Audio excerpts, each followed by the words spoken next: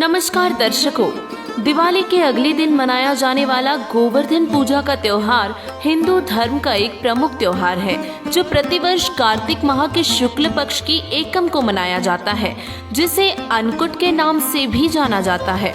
और इस दिन हिंदू धर्म के श्रद्धालुओं द्वारा गोवर्धन पर्वत और भगवान श्री कृष्ण की पूजा की जाती है। गोवर्धन पूजा से जुड़ी धार्मिक मान्यता है कि ब्रजवासी यानी कि श्री कृष्ण जी के कुल के व्यक्ति देवी देवताओं की पूजा किया करते थे।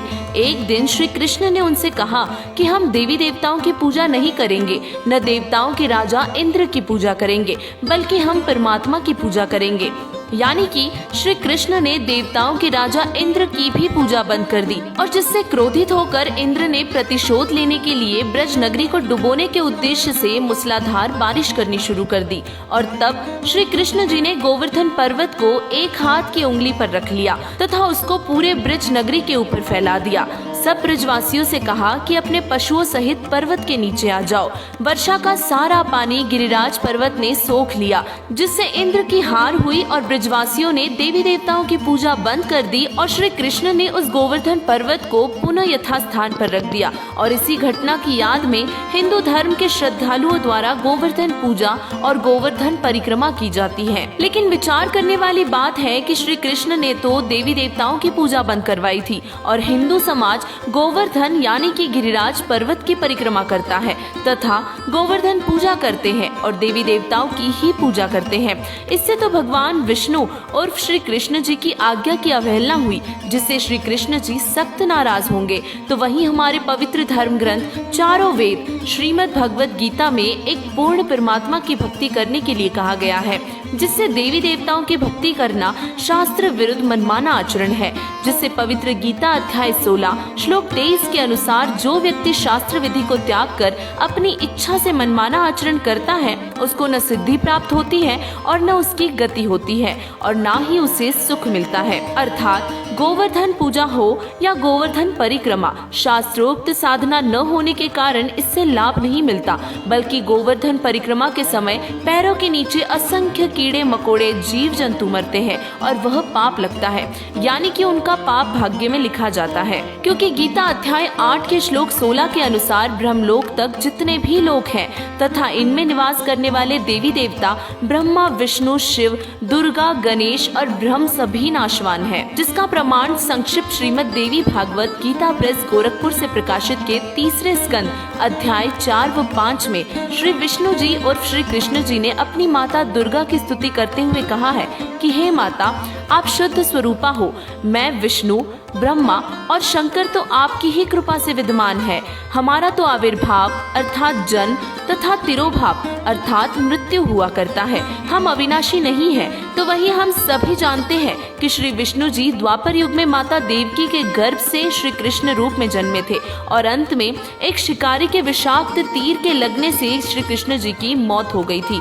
और यदि गोवर्धन पर्वत उठाने मात्र से श्री कृष्ण जी को हम पूर्ण परमात्मा मानते हैं, तो इस विषय में सूक्ष्म वेद में कबीर परमेश्वर जी ने कहा है, कबीर गोवर्धन श्री कृष्ण ने धार्यो, द्रोणागिरि हनुमंत, शेष नाग सब सृष्टि उठायो, इनमें कौन भगवंत। अर्थात श्री कृष्ण जी को आप इसीलिए परमात्मा मानते हो कि उन्होंने गोवर्धन पर्वत उठा लिया था, हनुमान जी ने द्रोणागिरि पर्वत को उठाया था, तथा आप लोग वेद के आधार से कहते हो कि शेषनाग सारी सृष्टि को उठाए हुए हैं। तो इनमें कौन परमात्मा हुआ। अर्थात इन प्रमाणों मात्र से श्री विष्णु जी और श्री कृष्ण जी को परमात्मा नहीं माना जा सकता, बल्कि सदग्रंथों व परमात्मा को आंखों देखे संतों की अमृतवाणियों से पता करना चाहिए कि पूर्ण परमात्मा कौन है। दर्शकों, पवित्र यजुर्वेद अध्याय 40 मंत्र 8 में कहा गया है कि जिस परमेश्वर की सर्व प्राणियों को चाह है, वह कबीर देव अर्थात कबीर परमेश्वर पूर्ण विद्वान है।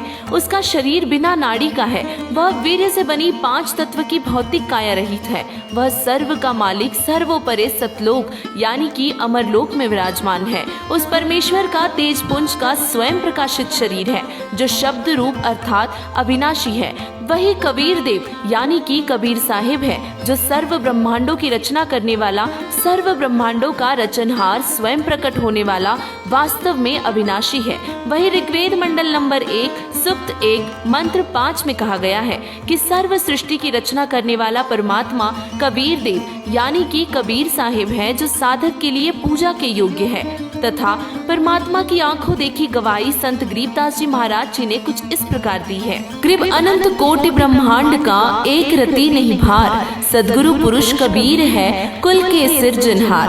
हम सुल्तानी नानक तारे, दातू को उपदेश दिया, जात जुलाहा भेद नहीं पाया, काशी माहे कबीर हुआ। ग्रीब अनंत कोटि ब्रह्मांड में बंदी छोड़ कहाए, सो तो एक कबीर है जननी जना नुमाए। तो वही संत गुरु नानक जी ने श्री गुरु ग्रंथ साहिब के पृष्ठ नंबर 721 राग तिलंग महिला 1 में कहा है, यक अर्ज गुफ्तम पेश तो दरकुंड करतार, हक्का कबीर करीम तू बेऐब परवरदिगार। दर्शकों, इससे स्पष्ट है कि गोवर्धन पूजा या श्री कृष्ण जी की पूजा करना शास्त्र विरुद्ध मनमाना आचरण है, जिससे साधक को लाभ नहीं हो सकता, बल्कि हमें वेदों व आंखों देखे संतों के अनुसार कबीर देव यानी कि कबीर परमेश्वर की भक्ति करनी चाहिए। और आज पूरे विश्व में संत रामपाल जी महाराज जी ही वो तत्वदर्शी संत हैं, जो वेद, गीता, पुराण समेत सर्व धर्म ग्रंथों, आंखों देखे संतों की अमृतवाणियों के आधार पर सत्य आध्यात्मिक ज्ञान बता रहे हैं,